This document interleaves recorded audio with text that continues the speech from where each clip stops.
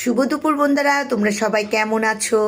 আজকে তোমাদের সামনে একটা ঝটপট রেসিপি নিয়ে হাজির হলাম। এই টমেটোর টক মিষ্টি ঝালের এই রেসিপিটা অনেক সুস্বাদু হয়। কাঁচা টমেটো দিয়ে এটা করতে হয়। প্রথমে আমি একটা পরিষ্কার কড়াই নিয়ে নিলাম, তাতে সামান্য তেল দিয়ে দিলাম, আর দিয়ে দিলাম পাঁচফোড়ন, তারপর দিয়ে দিলাম পেঁয়াজ কুচি।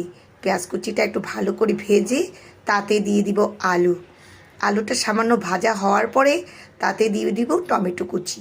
টমেটো কুচিটা দেওয়ার পরে দিয়ে দিব হলুদের গুঁড়া, মরিচের গুঁড়া, জিরার গুঁড়া, ধনের গুঁড়া আর স্বাদ মতো লবণ, আর সামান্য দিয়ে দিব জল। সবগুলো উপকরণ একসঙ্গে মিক্সড করে আমি একটা ঢাকনা দিয়ে ঢেকে দিব। যখন আলুটা সেদ্ধ হয়ে আসবে তাতে দিয়ে দিব 2-3টে কাঁচামরিচ আর সামান্য চিনি আর ধনে পাতা। ব্যাস তৈরি আমার ঝটপট এই রেসিপি।